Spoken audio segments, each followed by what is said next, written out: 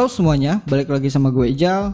Di video kali ini gue akan kembali melanjutkan bahasan gue mengenai alur dari cerita Blue Lock. Di video sebelumnya gue sudah menceritakan chapter 1, dan bisa dibilang pada chapter 1 kemarin hanya menceritakan sebuah awal yang menjelaskan maksud dan tujuan dari manga Blue Lock ini. Dan di video kali ini gue akan membahas chapter 2. Sebenarnya sih cerita di chapter 2 ini tidak jauh berbeda dengan chapter 1 kemarin, masih seputar pembukaan saja. Namun bedanya, bahasan kali ini lebih menceritakan garis besar gambaran dari cerita manga ini bakalan seperti apa ke depannya. Jadi simak terus ya video ini sampai habis. Dan gak usah banyak nyincol lagi, ini dia alur cerita Blue Lock part yang kedua.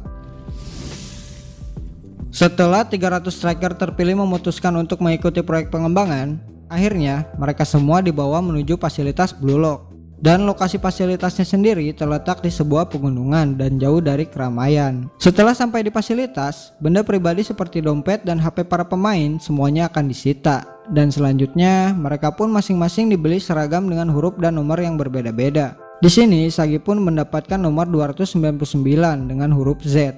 Isagi pun masih bingung apa maksud dari nomor dan huruf ini. Lalu setelah mendapatkan seragam, mereka pun diberitahu untuk memasuki sebuah ruangan yang sesuai dengan huruf yang ada pada seragam mereka. Lantas Isagi pun langsung memasuki fasilitas tersebut untuk mencari ruangan Z. Dan setelah berjalan dan melewati labirin yang dipenuhi dengan beton, akhirnya Isagi pun menemukan ruangan Z. Begitu masuk, ternyata para pemain lainnya sudah berkumpul dan diantaranya sudah memakai seragam mereka. Dan diantara mereka ada Kira yang langsung menyapa Isagi. Isagi pun langsung menyapa kembali Kira.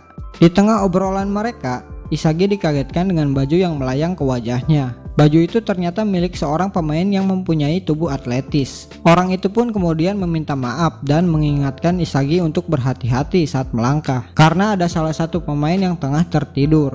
Di saat Isagi tengah mengenakan seragamnya, si Kira yang pada dasarnya seorang bintang muda sepak bola Jepang dihampiri oleh salah satu pemain yang langsung terkesima dan memujinya. Dan pemain tersebut adalah Igarashi Gurimu. Gurimu ini merupakan seorang yang terlahir di kuil.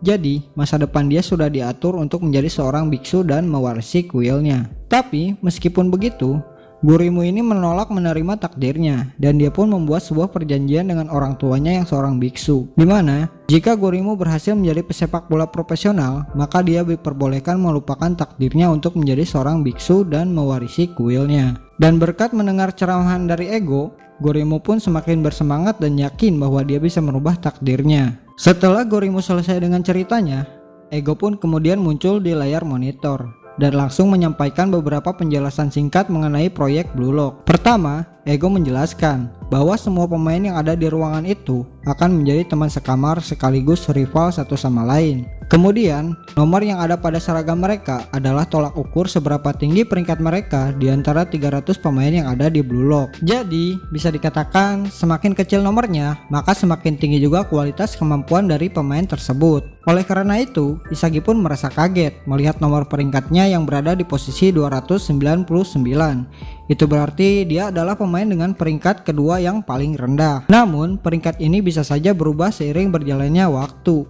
tergantung dari beberapa faktor seperti pelatihan ataupun hasil dari permainan mereka. Dan satu hal lagi, bagi siapa saja pemain yang menempati peringkat 5 teratas, mereka diperbolehkan untuk berpartisipasi di timnas Jepang U20 dalam ajang Piala Dunia dalam 6 bulan dari sekarang. Sementara bagi mereka yang gagal di Blue Lock, mereka akan langsung di blacklist secara permanen di timnas Jepang. Jadi kalau udah sekalinya gagal, mereka sampai kapanpun tidak akan bisa masuk timnas Jepang. Intinya, karir sepak bola mereka benar-benar dipertaruhkan di Blue Lock ini. Dan yang jadi penilaian yang paling krusial di sini adalah egoisme dari masing-masing pemain. Setelah menjelaskan semua hal barusan, Ego pun kemudian mengumumkan, sekarang waktunya permainan rondo.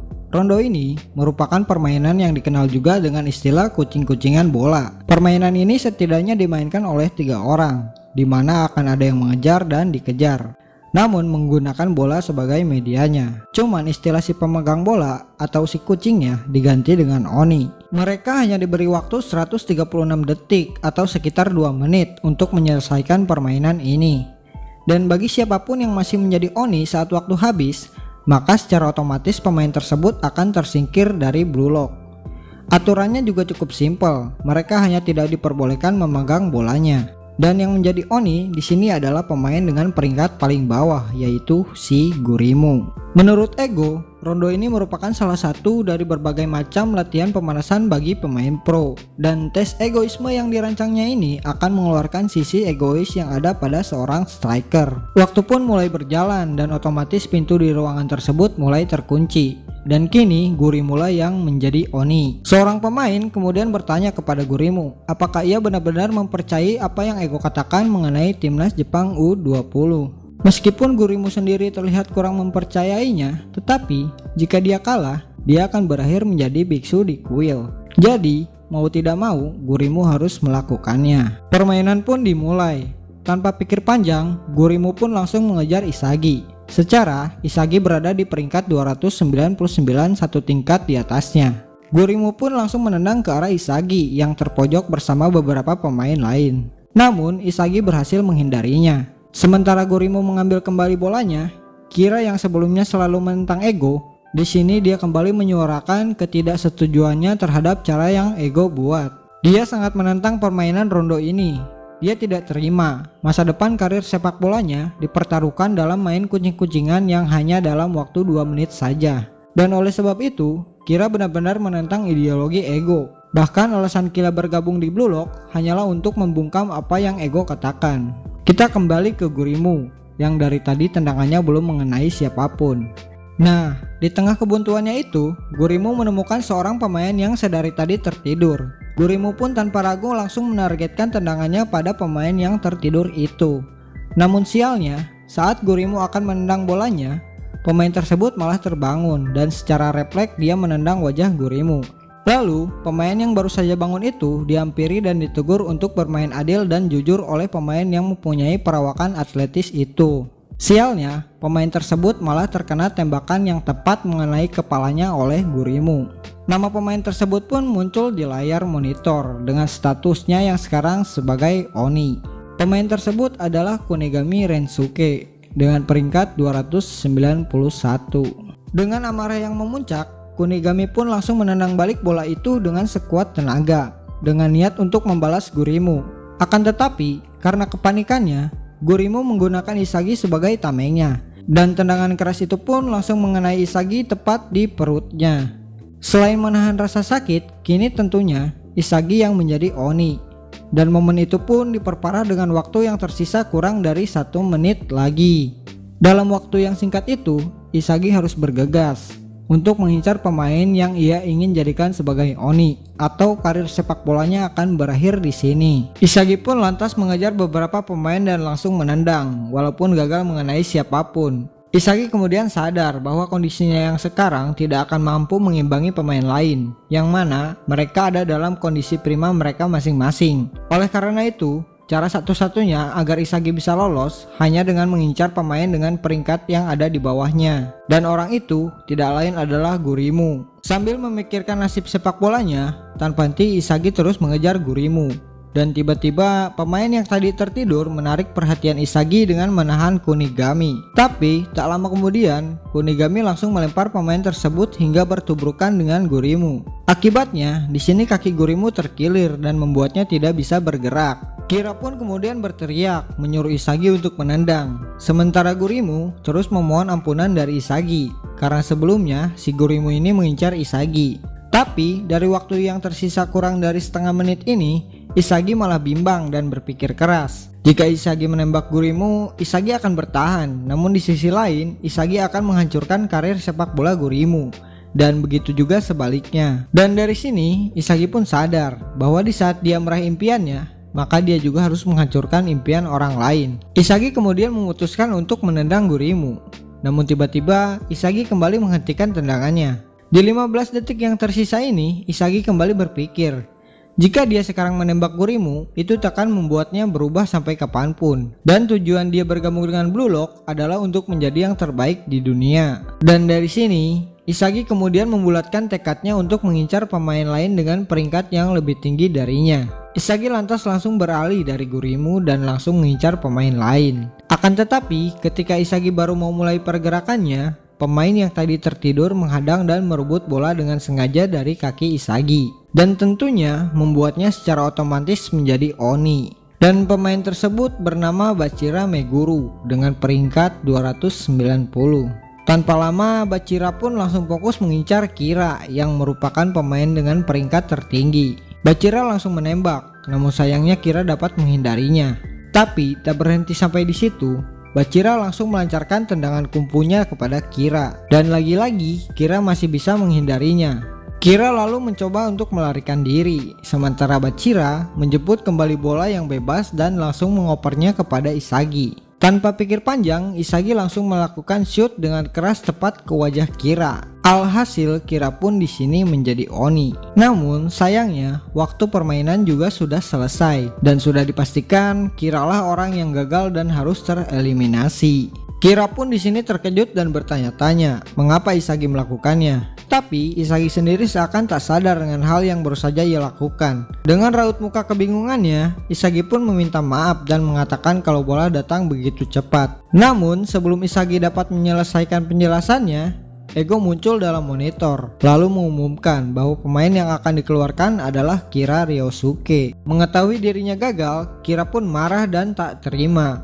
Dia bilang, kenapa masa depan pemain bertalenta seperti dirinya harus dicoret begitu saja? Mengapa mereka tidak mengeluarkan saja Gurimu ataupun Isagi? Dan Kira pun kembali menanyakan, apa gunanya permainan rondo ini? Menurutnya, rondo sama sekali bukanlah sepak bola.